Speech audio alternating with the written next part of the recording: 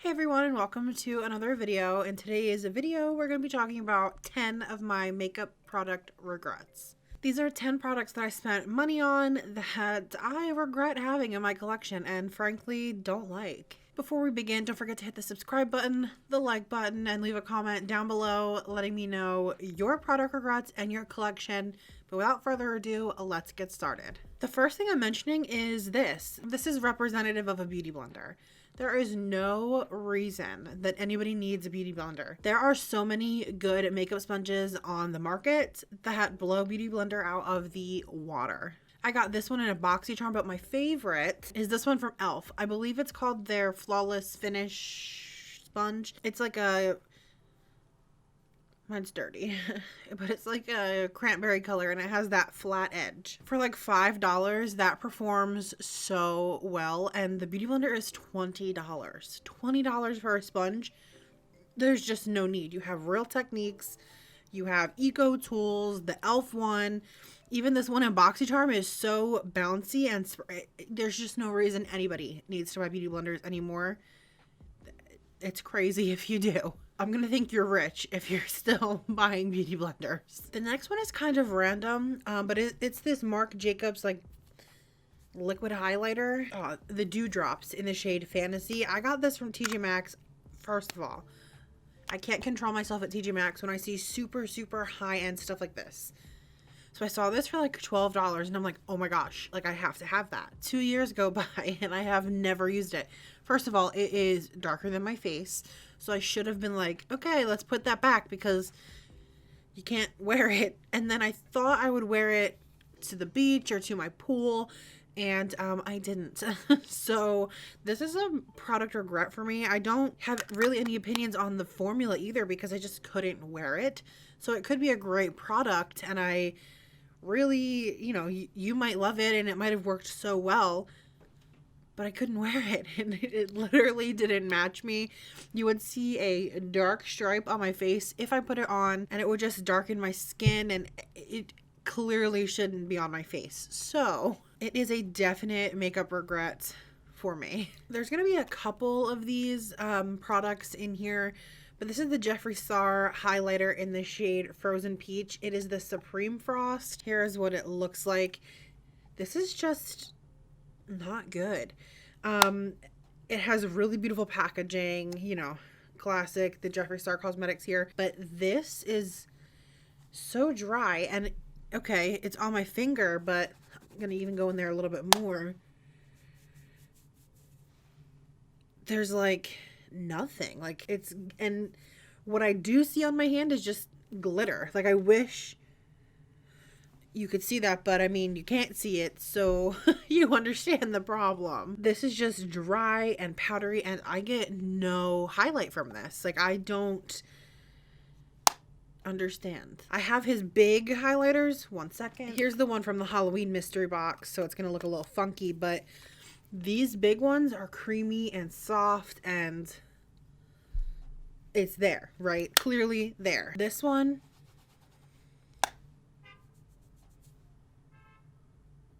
nothing. It's just a shame because this one is so good, and then this one, it's the Supreme Frost. You're thinking, oh, Supreme, it's better, it's great. I would never purchase another one of these ever again. Do not like. It's not worth the money. It's overpriced. I don't even remember how much this was. There are so many better highlighters on the market at a lower price point that perform so well. I got a Dollar Tree highlighter that performs better than this. Like, next is this Too Faced Natural Eyes. Again, I got this from TJ Maxx, and I was like, wow, I'll wear all of those. And then I proceeded to never pick this up because it's so, like, in my mind I hear wah wah wah when I look at this. Like, it's so boring. So boring. And I know it might be good for people who just stick to these colors, but the times I did play around with these, it was the most boring look I've ever gotten. And I don't think they performed well. I don't know if it's old, because they don't make these tin packages anymore, I don't think. So this is getting a little old. This should probably be decluttered. But this is just something I regret. It sat in my drawer. I didn't use it. I reached for other colors in this color story, these more wearable browns and nudes. I have great performing ones. So I never use this. Like, it's such a product regret because it just sat there. This is a definite product regret for me. Plus, I don't like Too Faced at all. I think they're a shady company. I think that their old owner, Jared, ran them into the ground. So I just don't like Too Faced in general anymore. And I think that also deterred me from using this because, I don't know, I just don't... The whole thing just sucks. It sucks. Another palette regret is this The Rock Pro palette. I got this in the last 21 Days of Beauty from Ulta, the one that just passed in the fall. Let me tell you, this is awful. Completely not pigmented, completely awful. This sucked. There is no color payoff in any of these. They all blend to this kind of gray color that doesn't look good on my eye at all. Even these browns kind of turn gray. These shimmers. So when I got this, I'm like, oh my gosh, these shimmers look so pretty. This is so wearable. I've never tried The Rock before. This is going to be great. I got it on a discount. Let's see. This beautiful dark burgundy shade, right? Looks like it'd be beautiful. Looks like it'd be stunning. I thought this was going to be fantastic. You can clearly see I tried to use it. There's just nothing happens with this. Like, I'll put it on my eyelid and then it just...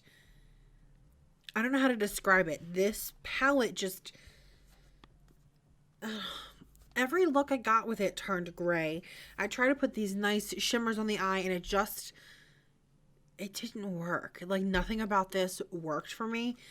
And there's so many other options that were in the sale for palettes, but this drew me in. I'm like, that's so wearable, but yet still so pretty. It's nice. And I'm going back to work at the office soon, so this will be a great product to wear every day. But I don't want a gray smoky eye to go to work in. Like, this just didn't work for me. And I absolutely, this is probably my biggest regret in here. It's definitely not the most expensive product in here, but this just didn't work. And I totally regret adding it to my collection. Like, I'm going to see if my sister wants it, but I'm going to warn her, like, this, like, sucks. Like, I don't, if you don't like it, like, I don't know, we'll donate it or something, because it's not something I'm going to wear, and something happens with the formula when you put it on and it don't look the same. So, Lorac Pro 3, not good. This is something I didn't expect to not like.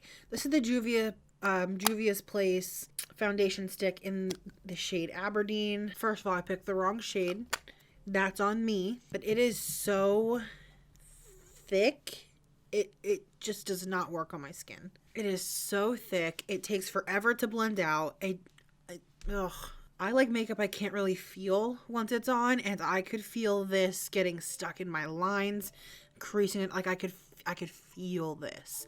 It kind of got slimy. Like, this was just not very good, which was upsetting, because Juvia's Place was and is one of my favorite eyeshadow formulas. I think they have an amazing eyeshadow formula, and it's bomb. Like, it is so good. This did not work for me. I bought this. I bought the powder, which I love. I think it's a great powder. Awesome powder. And I bought the concealer. So I got like a full face of Juvia's Place stuff. Concealer, great. Powder, great. This, hate it. Don't like it. And I don't know anybody else that this complexion will match. So I'll see if I have any friends that want to try it out. But for me, it just did not work. And at first I was like, okay, well, it's a creamier formula. Maybe it'll be good for my dry skin. You know, I tried it out a couple times and I just never liked how my skin looked. I felt like it got stuck in all my lines. This is something I really I'm going to pass on. However, love the color of the component, and it's kind of like really short and chubby, and I think that is so cute. I love how these look. So packaging, A1 for me. Love the cute chubby bottle, and this coral orange color is like my favorite color. So thumbs up on the packaging, thumbs down on the formula for the foundation stick.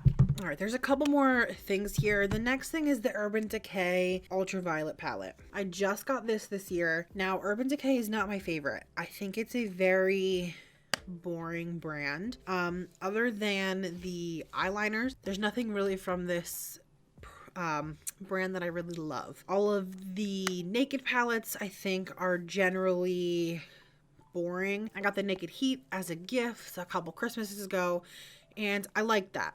It worked. It's fine. My favorite color eyeshadow is purple. So when I saw this, I was like, wow, I think that's stunning. Let me hold off on it and not buy it because I don't know. Something about the way these look together, the tiny skinny little pans, it just doesn't appeal to me, right? There was a promo that Manny MUA was doing where you could buy this from JCPenney's for like $20. And I'm like, okay, that's literally half off. I love purple eyeshadow. I could try it for half off. That would be okay with me. Purchased it. It arrived, I filmed a video with it, and was completely disappointed. In the video, I think that the makeup looked okay. The fallout was insane. Completely crazy fallout. There's not a lot of purples once you actually look at it. Like, there's 12 shades here. 1, 2, 3, 4, 5, 6. Half of them are not purple. So that's a little weird. And there is one purple matte. So you are expected to create a purple look with this. It's targeted as a purple palette. There's only one purple matte and everything else is shimmer. And if you could barely call this one a purple, like it just didn't work. I was completely disappointed with this. The brush, love having those, but I don't know. The saving grace of this palette was this kind of like transformative green color here. It looks so interesting, topped over a bunch of shadows. So that was kind of a highlight of this palette, but overall, I'm extremely happy. I didn't pay full price for it, but I don't even think if I could go back and tell myself not to buy it, I wouldn't even pay $20 for it. Purple eyeshadow gets me like every time, and I buy these palettes, and I understand, from what I understand and what I've learned through makeup YouTube, purples are kind of hard to make, so it like pains me to say it. The packaging though is stunning. It's like super shiny and kind of like an oil slick in there. The packaging is A1, but you can only do so much with the packaging. You know, we have two more eyeshadow palettes here, and they're both from Jeffree Star. The first one is this monstrosity. First of all, before we even open the palette, do you see these raised domes? I can't put this in any drawer.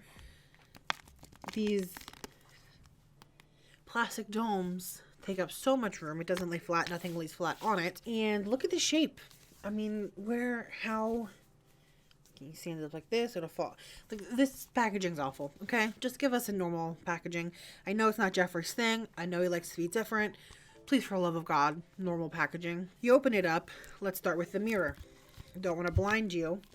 Oh, just put my finger in black shadow before that gets everywhere. Let me get that off my hands. Don't want to blind you with this mirror, but look at the shape of it and look how weirdly small it is compared to this outer ring. Oh, you can see everything on my desk here. This mirror is just bad, okay? Non-functioning mirror. Then it's held together by this little thing here. Don't like that. What's even worse is this color story, okay? Not a good color story. What was I thinking purchasing this? What was I thinking? What was I thinking? Top row makes me want to vomit.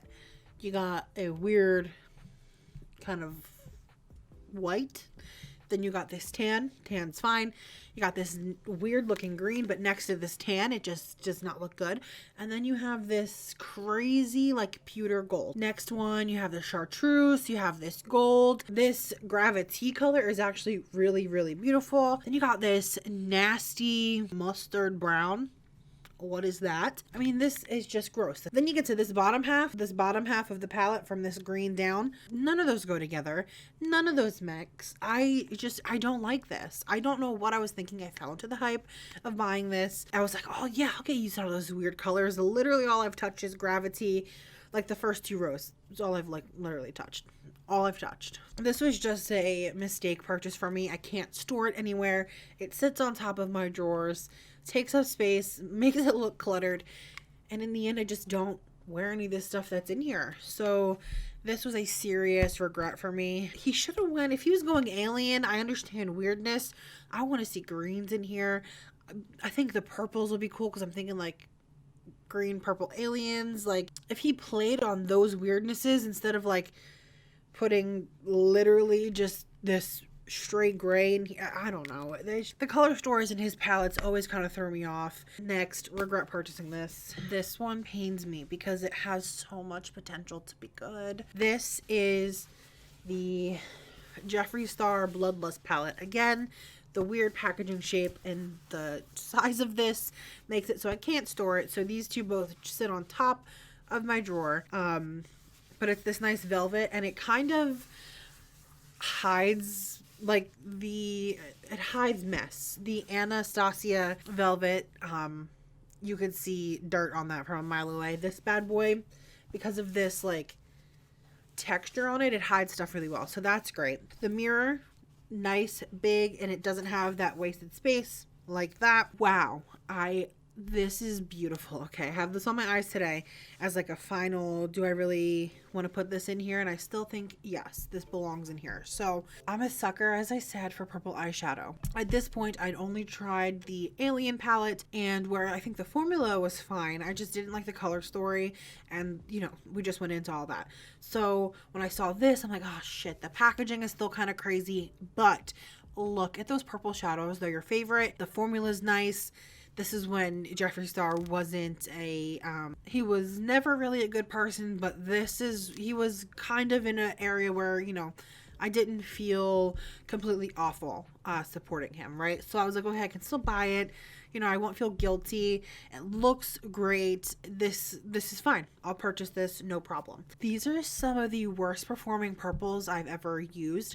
And I know that this looks pretty good, but on this eye, all in here is so patchy, and I had to use the shimmer shade right here, Pink Magic, this right here, over my whole lid to hide the fact that this purple, this Blood Queen right here, to hide the fact that that was a patchy mess. This palette, the quality is not there with the shades, and that's really unfortunate because I love the way this looks. I understand that it's kind of bulky, but this I could put up on my shelf and it does look like a statement piece. Even if I laid this like down like this and put something on top of it, this looks nice. It looks like I could display this, whereas this on a shelf does not, right? So I didn't mind it for this palette, this big bulky packaging, but I do mind it when I don't get good performance from the palette itself, and I didn't get that from this, so that is why it is in here. Now in my life, I don't feel comfortable supporting Jeffree Star anymore in terms of purchasing from his brand. I think he's fallen from grace completely at this point, so there's no redemption for products for me other than the face products. So I still have the concealer, I still have the powder, and I love those. The highlighter, except the one, love those. I'll use those up, but I won't be repurchasing them. So these were my only 2 experiences with his palettes, and both of these I think just were a big letdown in terms of what his brand could have been, and I'll never know because I won't be purchasing from him any longer. These are 2 super unfortunate palette regrets, but they're serious regrets as well because these aren't cheap. I'm kicking myself in the butt for buying these. And the final item, and this is also sad because I bought myself a gift when I hit 100 subs. I bought this Natasha Denona I Need a Glow highlighter, and it looks so stunning, right? I hit 100 subs. I said, let me buy myself something. I never purchase expensive single products like this because, you know, in my opinion, drugstore, ColourPop have just as amazing, if not better, products. But hit 100 subs, let me treat myself. Bought this like $42 highlighter, and it's just mediocre. Like, I don't know. In my opinion, you remember the e.l.f. Moonlight Pearls product where I had to scrape that top layer off to really get it to shine? I had to do that with this, and in my opinion, in a $42 highlighter, you shouldn't have to do it. So now, solve the problem of there being no pigment, got down to it. Then I got down and, mind you, this is the highlighter I'm wearing today, just did my makeup. Do you see it? I don't, so that's an issue.